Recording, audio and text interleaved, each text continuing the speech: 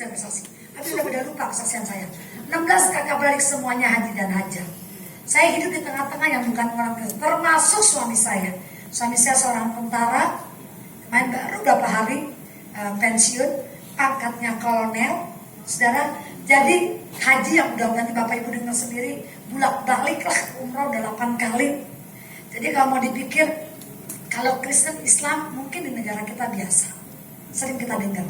Tapi pendeta sama Pak Haji luar biasa, amin. Nah, saya pendeta sama Pak Haji. Saya terima Yesus 91. Berkali-kali saya bilang, saya kenal Yesus bukan dari pendeta, bukan dari pacar, bukan dari hamba-hamba Tuhan. Saya kenal Yesus, gak ada yang datang ke saya Bapak Ibu, gak ada yang kenalin Yesus. Tapi Yesus luar biasa. Dia tidak hanya menyelamatkan orang Kristen, tapi semua orang yang dia cintai, amin. Saya kenal Yesus dari kuda yang selamatkan saya. Tuhan bilang kalau gak ada hamba-hambaku, anak-anak Tuhan yang setia ke gereja gak melayani, maka tembok-tembok bicara. Dan saya bersyukur tembok-tembok bicara. Saya bersyukur Tuhan masih kesempatan kuda untuk melayani saya. Saya terima Yesus tahun 91. Pasti ceritanya gak beda-beda tipis dengan suami, murtad Bapak Ibu. Tapi dan mengalami proses yang panjang, luar biasa, 13 tahun saya diproses. Dari 91 saya terima Yesus, saya menikah dengan Pak Haji yang saya ingat banget bahwa dari kebetulan waktu saya pacaran dengan suami saya Pak Henry, saya bilang pokoknya saya mau nikah dengan satu syarat. Dia bilang di mana? Gereja. Kan saya saudara, saya Kristen enggak, Islam enggak gitu ya. 12 tahun saya kenal Yesus, tapi saya tinggalkan melalui kuda itu, saya tinggalkan Yesus. Tapi saya sholat, saya memantia segala macam lah pokoknya. Terus syarat saya cuma itu doang. 12 tahun saya kenal, lalu saya dibotakin karena saya ke gereja, saya nggak boleh kenal Yesus karena saya ke gereja, wah segala macam. Sampai akhirnya saya nggak menentu, Islam enggak, Kristen enggak. Tapi saya bilang sama suami, saya nggak akan menikah kalau nggak nikah gereja. Saya mau nikah gereja cuma satu alasannya, supaya tidak cerai. Cuma itu doang. Karena saya lihat di dalam keluarga saya hidup dalam keluarga kutukan. Orang tua saya itu pengusaha, ya katanya waktu saya masih kecil termasuk sukses. 8 konglomerat, 9 atau 8 konglomerat Indonesia. Yang tua-tua mungkin pernah dengar mobil Datsun, Indokaya, Ditsa Motor. Pemiliknya adalah Haji Abdullah Wakafan, itu ayah saya. Mungkin juga yang tua-tua pernah dengar ada pesawat Burak, pernah dengar dulu Burak. Burak itu burung yang mengantar Muhammad, yang punya orang Manado, nggak nyambung Bapak Ibu. Karena pemilik utamanya adalah ayah saya, Haji Abdullah Wakafan. Ibu saya orang Manado, tinggalin Yesus, menikah dengan ayah saya, dan Burak ini dijual dengan temannya. Maka itu namanya Burak. Dan saya melihat bahwa harta benda saya nggak munafik, semua orang butuh harta benda. Tetapi itu bukan segala-galanya. Kami hidup dengan harta benda yang berkelimpahan. Wow, cuma satu Bapak Ibu, kami nggak punya cinta. Bayangin, ayah saya punya istri 4. Anaknya nggak ada lawannya saya yakin. 16, udah pemain bola, pembawa wasit, tambah cadangan macam-macam saudara. 16 Bapak Ibu. 16 udah gitu hidup kami kawin cerai. Kakak saya punya suami 3, punya anak 3, lain bapak semuanya. Wah udah punya kawin saya itu biasa di rumah saya. Hidup saya dari kecil hancur. 7 tahun masih kecil, saya diperkosa sama kakak saya sendiri bertahun-tahun. Sampai dari 14 tahun. Mau jadi apa Bapak Ibu? Harta benda ada. Yang berkosa saya juga kakak saya sekolah di Eropa, di Inggris. Kami bukan dari desa, bukan dari kampung, hidup di kota Jakarta. Tapi lihat, yang namanya kutukan, mau kaya, miskin, kampung, kota, itu iblis. Secara manusia mustahil Bapak Ibu, saya berdiri jadi hamba Tuhan. Kami sponsor IAIN di Jakarta. Mustahil buat kami. Tapi Tuhan luar biasa. Dia selamatkan saya. Yesaya 41 ayat 9. Itu sebenarnya saya bilang dari tadi pagi. Kalau Bapak Ibu terima Yesus, itu bukan kebetulan karena orang tuanya Kristen. Tuhan taruh di keluarga orang Kristen. Saya ditaruh di keluarga yang gak kenal Yesus, tapi kasih karunia tetap berlaku dalam hidup saya. Amin. Pak Henry, Pak Haji 8 kali umroh. Waktu taruna, kemarin kami sempat ngomong waktu pensiunannya Pak Henry terakhir. Punya pacar yang Kristen yang kenal Tuhan 5 tahun. Bukannya curhat, tapi ini beneran. Dari taruna sampai lulus ditinggalin karena Kristen pacarnya. Menikah gak nyambung. Bapak Ibu, kalau akhirnya saya jadi hamba Tuhan. Keluar dari harimau ketemu singa, saudara. Gak taunya era terima Yesus juga, amin. Nah saya mikir Tuhan luar biasa, dia tinggalin pacarnya yang Kristen, yang Katolik, hanya karena dia kenal Yesus. Cari saya yang gak kenal Yesus, tapi sampai nyangka sekarang hamba Tuhan.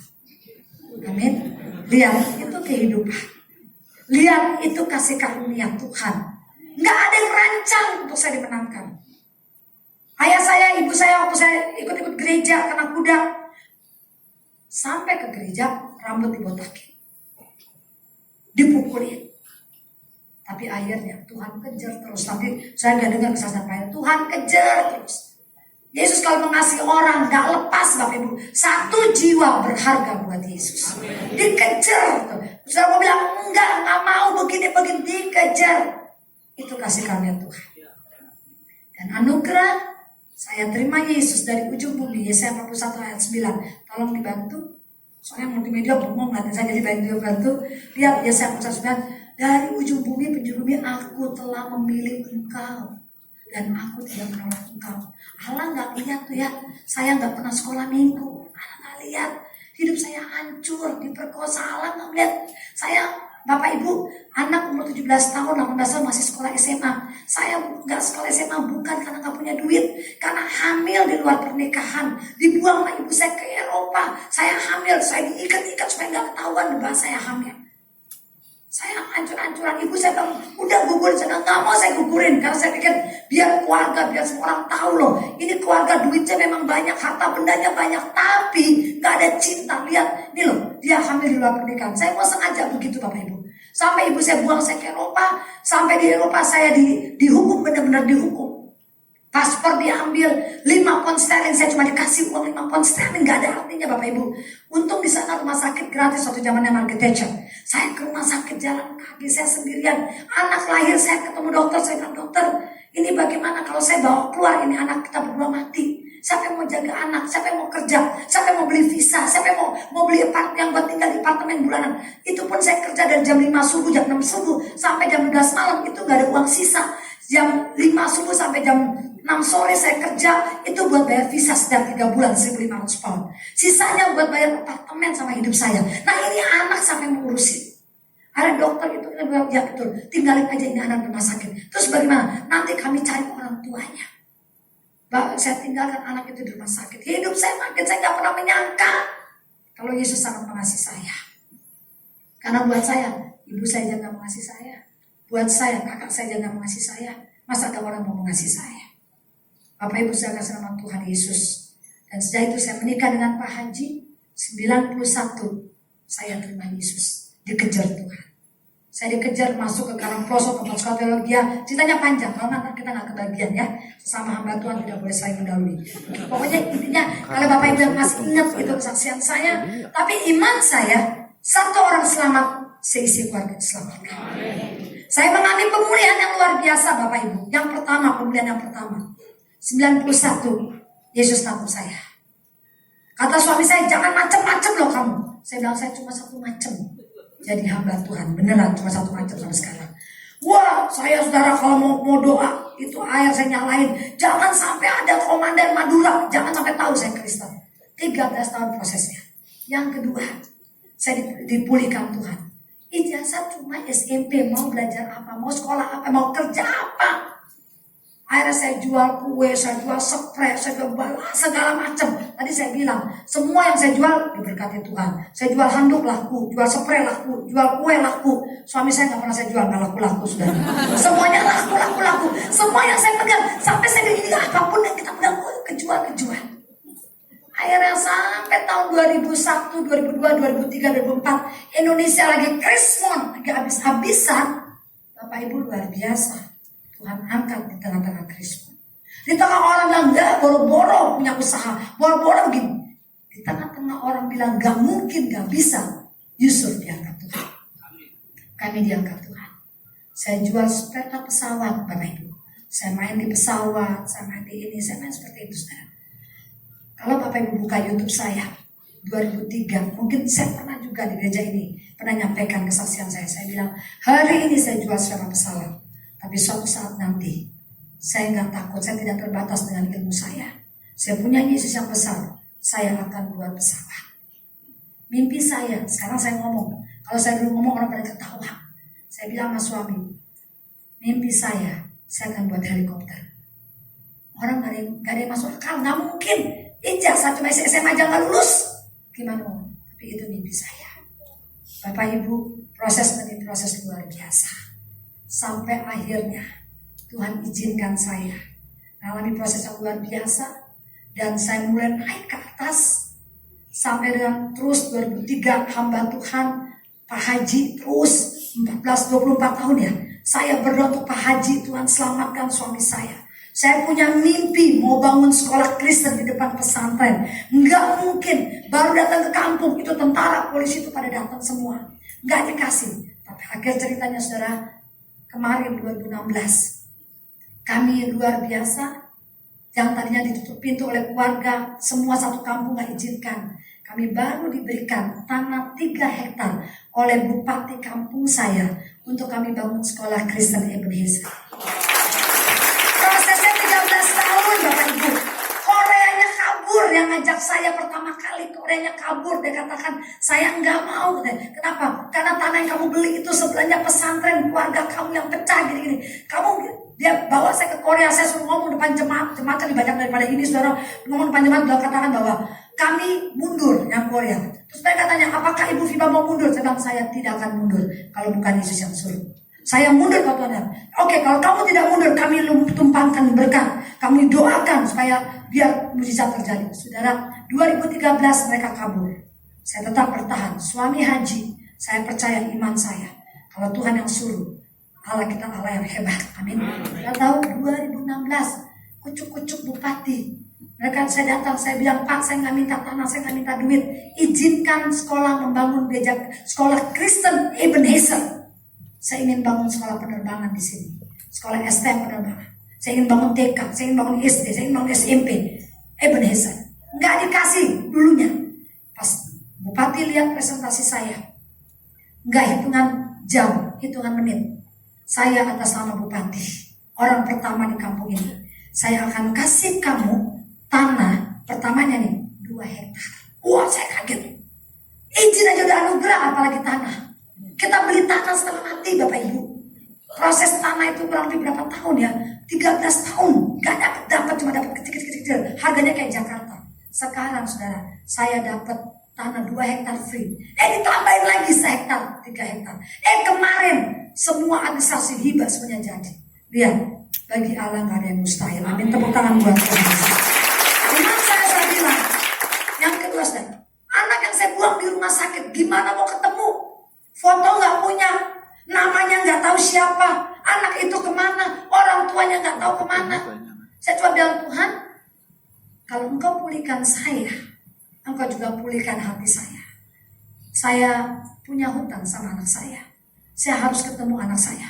Cari demi cari ke Eropa. Saya pergi ke Inggris, saya udah punya uang, saya pergi nggak ketemu Bapak Ibu. Nggak kayak sekarang ada Facebook, dulu kan nggak ada, susah. Sampai setelah Tuhan Yesus selamatkan dia ketemu di surga. Ayo kita ketemu di surga. Yesus tahu kehidupan kita. Tahun 2004 saya ketemu anak saya. Seorang detektif, dia rupanya nyari detektif untuk cari saya.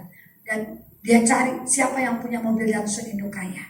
Rupanya dokter itu sempat kasih tahu. Karena mereka tanya, ayah kamu kerjanya apa? Jangan sampai jual anak begitu kan. Karena di sana nggak ada jual, nggak boleh anak dibuang sembarangan. Jadi mereka tahu kronologi saya. Dan saya ketemu anak saya 2004. Saya siap ditampar di depan lawyer. Saya siap ditampar, saya sapu lidahnya. Saya udah siap, lawyer bilang kamu gak boleh bela diri. Oke. Saya bilang, saya minta maaf, saya sudah buang kamu di rumah sakit. Saya pikir saya mau diludahi, saya pikir saya mau ditampar. Anak itu bilang, jangan pernah minta maaf. Saya yang harusnya bersyukur karena kamu tidak menggugurkan saya.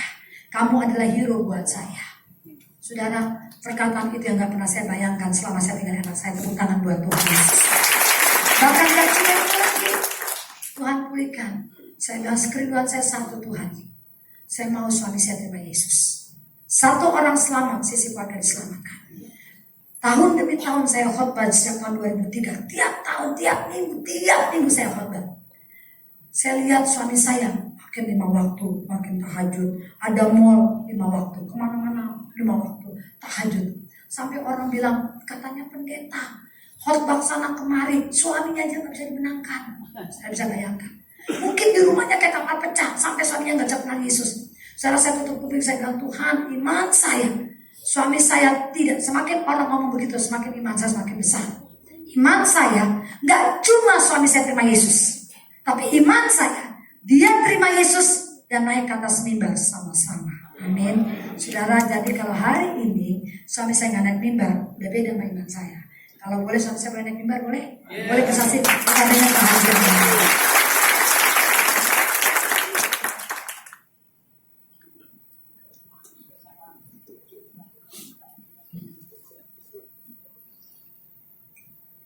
Shalom. Terpuji nama Tuhan Yesus. Dan saya percaya karena kasih karunia Tuhan Yesus, kita semua menerima keselamatan itu. Dan yang mau saya sampaikan bahwa kalau saya Tuhan izinkan berdiri di atas mimbar seperti ini, itu karena Tuhan Yesus. Karena doa orang benar itu besar kuasanya, itu nyata betul. Seperti yang dia bilang tadi, 24 tahun dia berdoa buat saya. Dan ketika saya mendengar, dia selalu katakan, 1 orang diselamatkan, seisi rumah diselamatkan. Saya waktu dengar seperti itu, saya mencibir. Saya bilang, paling kamu yang ikut saya.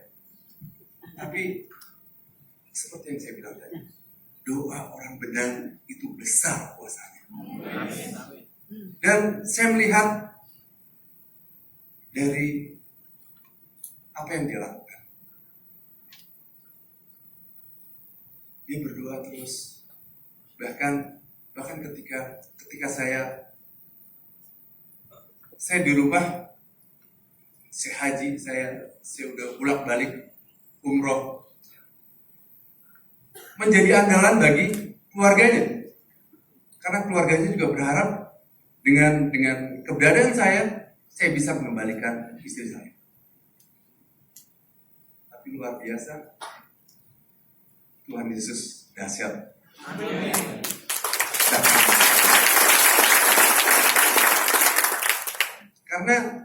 Karena bagi saya militer, saya tentara TNI, dan goal saya, cita-cita saya adalah untuk menjadi jenderal. Nah, mungkin saya korbankan untuk berbuat yang macam-macam. Saya ingin karir saya mulus supaya saya bisa dapat apa yang saya inginkan. Dan ketika saya letnan 2, itu selalu Tuhan tunjukkan dengan cara yang luar biasa. Melalui kehidupan saya, dalam karir saya, itu selalu Tuhan tunjukkan di last minute yang secara manusia, nah mungkin saya dapat. Ketika saya pengen jabatan komandan batalion, Hamin 3, Tuhan sudah tunjukkan pada saya. Saya nggak dapat posisi apa-apa. Nama saya hilang, sehingga saya katakan sama istri saya, aku kayaknya nggak dapat komandan batalion. Dia bisa-bisanya menyampaikan, emang udah siap? Enggak, baru bocoran. Tapi itu A1, saya bilang. Nggak mungkin bohong. Kemudian dibilang, kita doa, nggak ada yang mustahil buat Tuhan Yesus. Dan ketika itu saya bilang, karena saya pengen jabatan itu, saya bilang, amin. Dan ketika hari dibacakan, nama saya keluar menjadi Danyon Arhanud Risat Kotrat. Dan ketika saya sudah menjabat komandan batalion, Dia sudah tanya, setelah ini kamu pengen jabatan apa? Saya bilang, saya pengen jabatan Komandan Kodim Jakarta Barat. Jakarta Barat, Bapak Ibu kan tahu, itu tempat idola deh. Semua orang pengen ke sana. Karena orang pikir tempatnya basah. Apalagi kalau hujan, banjir. Saya pengen ke sana. Dan sekali lagi Tuhan tunjukkan pada saya, ketika sidang untuk jabatan Komandan Kodim, nama saya nggak ada. Bahkan sudah skep nama orang lain. Sehingga secara manusia kan nggak mungkin itu. Tinggal dilantik. Tapi dia dengan PD-nya, dia tanya, emangnya udah skep? Sudah, nama orang lain. Udah dilantik? Belum. Kita doa. Kita minta, nggak ada yang mustahil buat Tuhan Yesus. Saya bilang, amin. Dan ketika mau pelantikan, orang yang sudah siap dilantik tadi, nggak bisa dilantik. Tiba-tiba ada masalah internal, dan jabatan itu kosong. Orang tadi nggak bisa dilantik, jabatan itu kosong. Saya langsung menjabat sebagai Komandan Kodim Jakarta Barat tahun 2001. Begitu terus, bukan cuma sekali, bukan cuma 2 kali, berulang kali. Bahkan ketika saya minta, saya bilang, saya pengen jenderal. Dan ketika saya sampaikan itu harus yang namanya untuk masuk jenderal itu harus melalui yang namanya pendidikan Lemhanas, Lembaga Pertahanan Nasional. Dan ketika saya sampaikan itu, pendidikan Lemhanas itu sudah berjalan pertengahan pendidikan.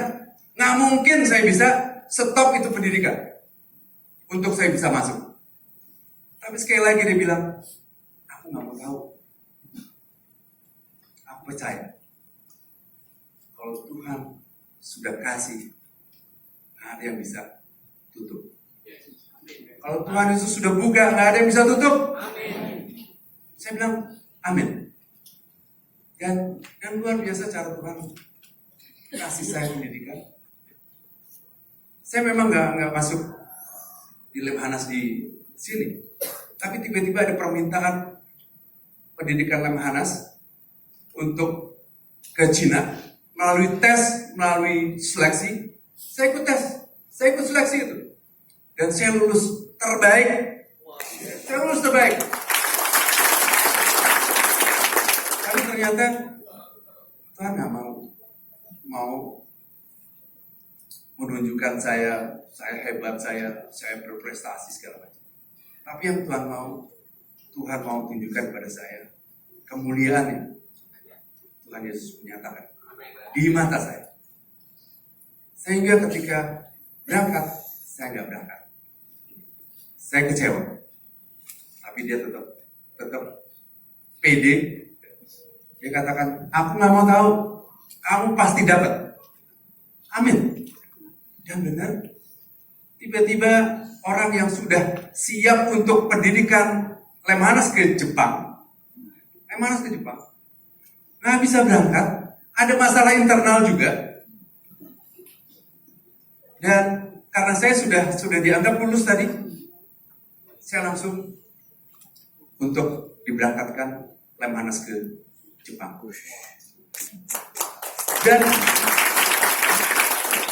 Dan di situ saya melihat nggak ada yang nggak mungkin, nggak ada alasan kalau saya nggak ada. Semua pendidikan sudah saya lalui, pendidikan yang tertinggi di Angkatan Darat, di TNI, saya sudah dapat. Dan yang Tuhan tunjukkan pada saya, ketika Tuhan Yesus jamah saya serahkan diri saya kepada Tuhan Yesus dengan cara yang ajaib, nggak pernah masuk akal.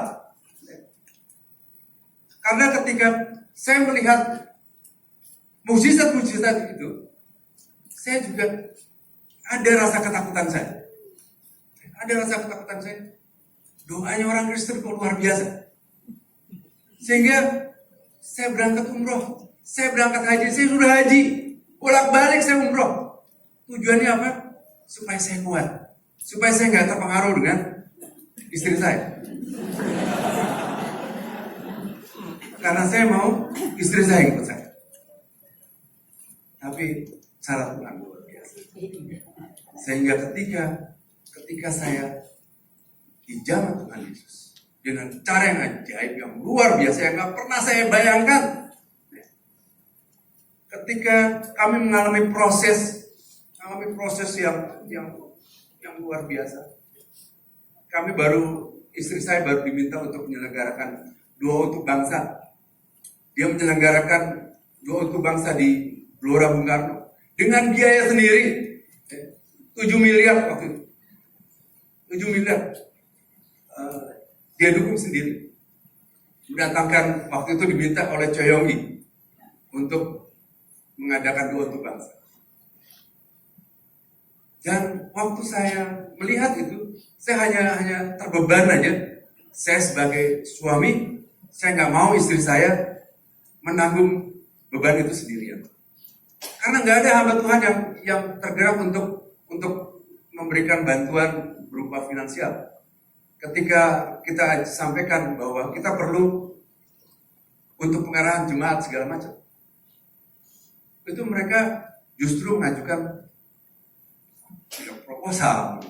Saya sendiri waktu itu masih Muslim, melihat begitu kan, kok seperti ini. Sehingga saya terbeban waktu itu. Hanya terbeban aja supaya istri saya nggak dipermalukan. Istri saya nggak gagal di dalam menyelenggarakan itu. Sehingga saya ikut terlibat di dalam pelaksanaan itu. Dan itu saya melihat ketika kita buka hati, kita buka celah, Tuhan tangkap luar biasa. Tuhan tangkap luar biasa. Karena ketika itu sudah berjalan dan sukses luar biasa. Saya melihat banyak orang diberkati, banyak orang yang dijamah segala macam. Saya masih mengeraskan hati, saya masih belum nggak mau terpengaruh. Tapi justru ketika selesai acara itu, justru kami mengalami proses yang luar biasa. Kami dinolkan betul. Secara ekonomi, secara mental, secara segala macam. Kita bukannya dibantu, kita dihina, kita difitnah. Sehingga kami mengalami proses yang luar biasa di dalam keluarga kami. Dan itu juga yang menjadi beban saya. Saya melihat istri saya menanggung sendirian. Sehingga ketika saya melihat dia sedang berdoa tengah malam, saya bangunkan anak-anak. Bangun. Kita berdoa bersama dengan Mama. Dan ketika kami sedang berdoa, menyembah, puji-pujian, dan pada saat klimaks, anak saya yang nomor 3, dia mendapat karunia penglihatan. Dia berteriak, "Pak Ma, saya melihat ratusan malaikat menggunakan pakaian emas dengan membawa persembahan emas ke hadapan Papa. Dan satu malaikat siap untuk mencatat nama Papa." Dia katakan, "Ini laskol buat Papa, ini laskol buat Papa." Berulang kali dia katakan laskol. Sehingga saya katakan, saya sempat emosi, sempat marah. Laskol, kamu pikir Papamu sudah mati.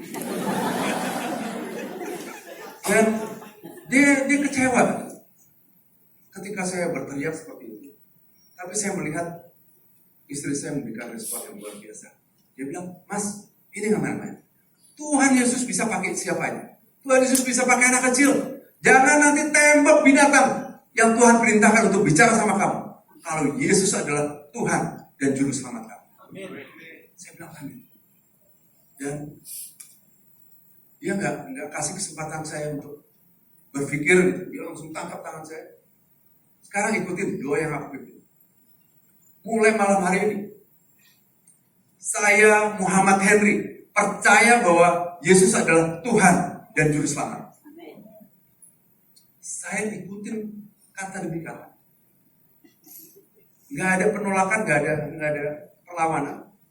Dan ketika kata-kata terakhir saya ucapkan itu, anak saya berteriak lagi. Mama, bukan cuma ratusan, ribuan malaikat bersorak-sorai, menari-nari, dan persembahan emas itu sudah diserahkan kepada Papa. Dan Papa dimahkotai dengan mahkota emas. Nama Papa ditulis di urutan pertama di antara kita semua. Saya bilang, amin. Dan saya melihat istri saya menangis terus. Terima kasih Tuhan Yesus, terima kasih. 24 tahun saya menjadi imam di dalam rumah tangga. Mulai malam hari ini, Mas, kamu sekarang adalah imam. Berkatin kita, doain kita. Saya bilang, aku kan gak biasa dengan doa yang kayak kamu. Gak masalah, tumpangin tangan aja di kepala kita. Dan ketika saya lakukan itu, saya tumpangkan tangan dia di kepala mereka. Di situ saya merasakan sukacita yang luar biasa. Saya merasakan hadirat Tuhan. Tuhan hadir tengah-tengah kami. Dan sampai dengan pagi, 2:30 pagi, saya tersentak di sini. Saya masih pengen karir. Ini kan masalah besar buat saya. Nggak mungkin saya akan menyampaikan kepada kedinasan saya. Ternyata kekhawatiran saya tadi terbaca sama anak saya. Papa nggak usah takut, Papa nggak usah khawatir. Tuhan Yesus bertanggung jawab. Tuhan Yesus sudah perintahkan malaikat-malaikatnya untuk menjaga Papa sejak dari malam. Dan keberangkatan Papa ke Pakistan yang menjadikan Papa menjadi jenderal. Saya bilang amin.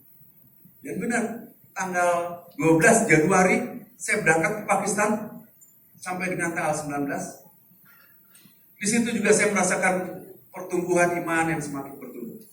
Sehingga ketika saya kembali ke Indonesia, saya sampaikan sama istri saya, aku nggak pengen menjadi Kristen yang biasa-biasa.